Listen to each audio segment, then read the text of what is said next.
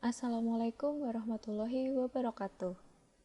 Anak-anak, pada pertemuan kali ini Ibu akan menjelaskan materi selanjutnya setelah sel volta, yaitu deret volta. Apa itu deret volta?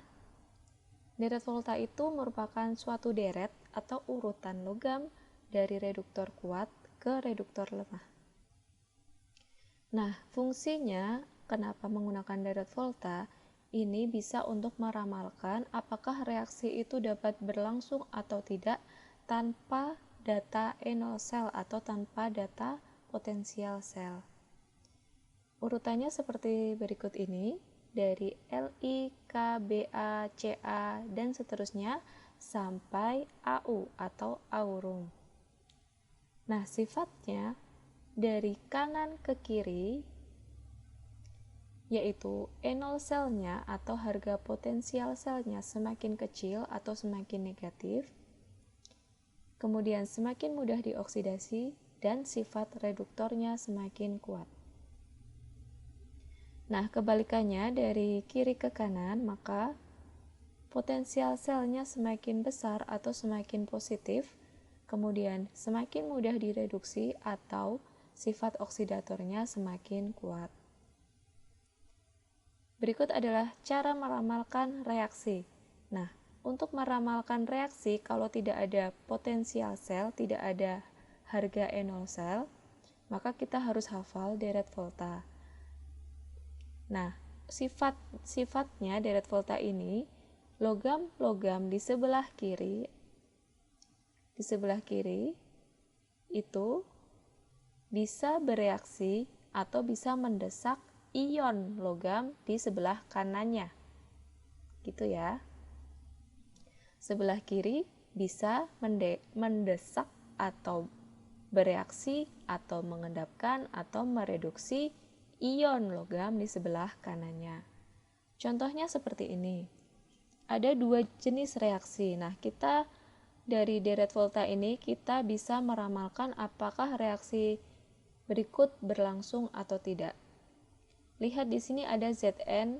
Zn ini adalah logam seng bereaksi dengan ion Cu dalam larutan CuSO4. Nah, bisa nggak berlangsung Zn dengan ion Cu? Nah, kita lihat letak Zn ada di mana? Letak Zn ada di sini ya. Kemudian letak Cu ada di sini. Nah, berarti Zn terletak di sebelah kiri Cu pada deret volta. Maka Zn dapat mendesak atau bereaksi dengan ion Cu2+. Nah, CuSO4 itu kan artinya sebenarnya ada ion Cu2+ dan ion SO4 2- seperti itu kan. Nah, jadinya ini bisa Zn bereaksi dengan ion Cu2+. Hasil reaksinya apa? Hasil reaksinya adalah yang tadinya ion Cu2+, dia akan mengendap menjadi logam Cu. Kemudian Zn bereaksi dengan ion SO4 2- menjadi ZnSO4. Nah, ini adalah hasil reaksi dari Zn plus larutan CuSO4 atau logam Zn bereaksi dengan ion Cu2+. Ini hasil reaksinya seperti ini. Nah, untuk reaksi yang kedua, kita lihat ini adalah kebalikan dari reaksi yang pertama ya. Nah, di sini ada logam Cu yang bereaksi dengan ZnSO4. ZnSO4 itu terdiri dari ion Zn2+ dan ion SO4 2- seperti ini kan. Nah, kita lihat Cu di dalam deret volta terletak di sebelah kanan Zn. Nah, padahal yang bisa mendesak ion adalah logam yang di sebelah kirinya. Logam di sebelah kiri bisa mendesak ion logam di sebelah kanannya. Kalau logam di sebelah kanannya itu tidak bisa bereaksi atau tidak bisa mendesak ion logam di sebelah kirinya. Jadi kalau seperti ini, kalau logamnya terletak di sebelah kanannya ion, maka tidak akan terjadi reaksi atau disilang seperti ini ya. Nah, Cu dan ZnSO4 tidak terjadi reaksi. Alasannya karena apa? Karena pada deret volta Cu di sebelah kanan Zn, atau karena Cu tidak bisa dioksidasi sama Zn. Begitu ya. Paham? Nah, gimana cara menghafalkan deret volta yang sangat panjang ini? Kan susah ya kalau kita ngafalin Li, K, Ba, Ca, Na, Mg, dan seterusnya. Maka di sini ada jembatan keledainya atau mantra yang bisa kita baca untuk menghafalkan deret volta. Nah, gimana mantranya ya? Lihat ini, ada yang merah. Itu bisa kita hafalkan dengan kalimat lihat kalau Baginda Kaisar nanti meninggal, itu maksudnya lihat itu adalah Li, kalau itu adalah K, Baginda itu Ba, Kaisar itu Ca, nanti itu Na, meninggal itu Mg. Nah, lanjutnya mantranya, alam mana zaman crowded Fir'aun. Nah, ini maksudnya alam itu adalah Al, mana adalah Mn, zaman adalah Zn, crowded itu Cr, Fir'aun itu Fe. Selanjutnya, codet coco nini senang pembagian harta. Nah, codet itu apa? Codet adalah Cd, coco itu Co, nini itu Ni, senang adalah Sn, pembagian harta Pb, ini H. Nah, mantra yang terakhir, biskuit cumi hangus agak pahit au. Nah, biskuit itu adalah logam Bi, cumi itu Cu, hangus adalah Hg, agak itu Ag, pahit itu PT, au ya, au. Gitu. Jadi ini adalah jembatan keledai untuk mempermudah kalian menghafalkan deret volta. Coba kita ulangi ya. Lihat kalau Baginda Kaisar nanti meninggal, alam mana zaman crowded Fir'aun, codet coco nini senang pembagian harta, biskuit cumi hangus agak pahit au. Nah, coba kalian hafalkan, kalian ulangi kalimat ini sehingga nanti kalian bisa hafal deret volta. Karena ini harus dihafalkan ya. Nah, contoh soal untuk deret volta, contohnya seperti ini. Nah, kalau ini gak usah pakai deret volta ya, karena di sini ada harga E0 selnya. Nah, logam A, B, C masing-masing mempunyai potensial reduksi standar atau E0 sel sebesar min 0,4 volt, plus 0,9 volt, dan min 1,1 volt. Urutkan sifat reduktor ketiga logam dari yang paling kuat. Nah, di sini diketahui E0 sel. Berarti kalau diketahui E0 sel, kita nggak usah pakai deret volta. Kita pakai E0 sel langsung aja. E0 sel A itu min 0,4, E0 selnya B itu plus 0,9, E0 sel C adalah min 1,1 volt. Nah, ditanyakan reduktor yang paling kuat.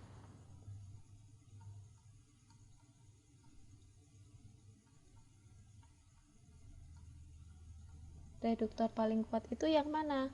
Nah, coba kita kembali lagi ke slide sebelumnya. Nah, di sini mana yang reduktor kuat? Nah, lihat, baca ini. Reduktor makin kuat ketika E0 selnya semakin kecil ya. Jadi semakin kecil atau semakin negatif, itu sifat reduktornya semakin kuat. Nah, kalau kalian sudah hafal sifat deret volta ini, jadi kalian bisa menjawab soal ini tadi ya. Reduktor kuat adalah yang E0 selnya kecil. Nah, jadi urutannya dari reduktor yang paling kuat adalah yang C, kemudian A, yang terakhir adalah B. Gitu ya. Gitu cara menjawabnya. Soal yang kedua, contohnya logam X dapat mendesak logam Y. Nah, kita baca dulu soalnya ya, dari larutannya. Logam Z dapat mendesak logam Y dari larutannya, sedangkan logam Z tidak dapat mendesak logam X dari larutannya. Urutkan potensial reduksi yang makin negatif. Nah, potensial sel yang negatif itu terletak di sebelah kiri, ya kan? Kalau kita ingat lagi yang sifat-sifat deret volta tadi, E0 sel negatif atau E0 sel kecil itu terletak di sebelah kiri. Nah, kita juga punya sifat, yaitu logam di kiri bisa mendesak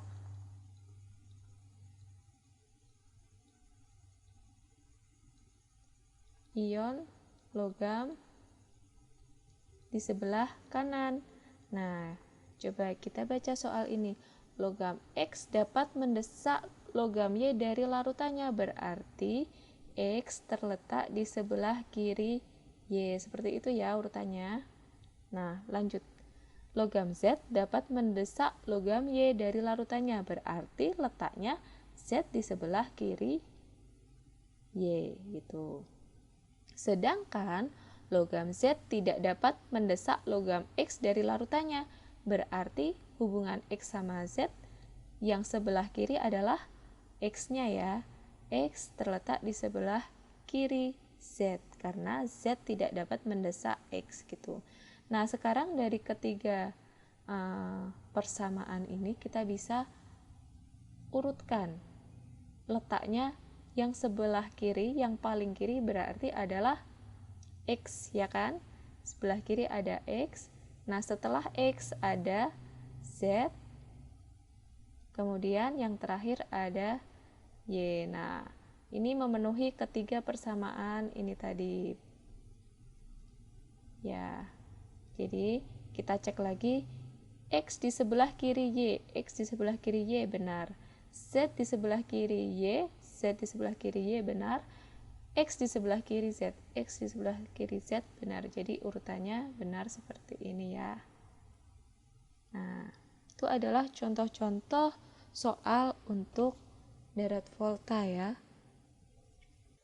Nah, selanjutnya bagaimana contoh soal yang memerlukan hafalan deret volta itu. Nah, contohnya jadi deret volta itu dapat juga bisa digunakan untuk menyelesaikan masalah korosi ya. Korosi itu adalah perkaratan yang bisa, salah satu pencegahan perkaratan itu bisa dilakukan dengan cara perlindungan katodik. Nah, perlindungan katodik itu adalah melindungi logam yang mudah berkarat, contohnya besi, dengan logam-logam lain yang lebih mudah teroksidasi. Berikut contoh soalnya. Ada percobaan logam besi yang dihubungkan dengan logam-logam lain. Masing-masing logam yang telah dihubungkan diletakkan di tempat yang sedikit lembab dan bersuasana asam. Nah, kita tahu tempat yang lembab dan suasana asam itu adalah salah satu faktor yang dapat mempercepat korosi. Nah, di sini ada 5 percobaan di mana Fe dihubungkan dengan yang pertama dengan magnesium, yang kedua dengan mangan, yang ketiga dengan krom, yang keempat dengan Zn, dan yang kelima dengan Cu. Nah, pertanyaannya, besi yang akan mengalami korosi paling cepat yaitu, nah ini berarti yang ditanyakan adalah yang justru yang paling cepat mengalami korosi. Nah, kita tahu perlindungan katodik itu dilakukan dengan melapisi besi dengan logam lain yang lebih mudah teroksidasi atau yang reduktor kuat. Nah, reduktor kuat tadi dalam deret volta itu kan terletak di sebelah kiri. ya. Nah, kalau besi dilapisi logam yang terletak di sebelah kiri besi itu akan memperlambat korosi. Nah, yang mempercepat korosi berarti kita cari logam yang letaknya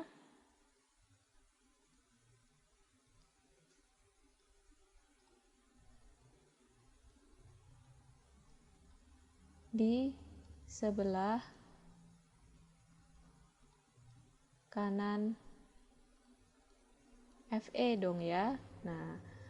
Nah, yang sebelah kiri yang mana, sebelah kanan yang mana? Makanya kita hafalkan tadi deret volta. Kita coba ulangi mantranya. Lihat, kalau Baginda Kaisar nanti meninggal, alam mana zaman crowded Fir'aun, codet coco nini senang pembagian harta, biskuit cumi hangus agak pahit au. Nah, kita lihat sekarang fokus ke Fe. Fe terletak di mana? Di sini. Ini adalah Fe. Logam-logam di sebelah kiri Fe, itu bisa digunakan untuk perlindungan katodik terhadap Fe. Atau untuk melapisi Fe supaya tidak mudah berkarat. Jadi kita lihat Mg di sebelah kiri berarti ini bisa sebagai perlindungan katodik. Ya, Mg di sini. Mn di mana? Mn juga di sebelah kiri Fe. Cr berada di sebelah kiri Fe juga.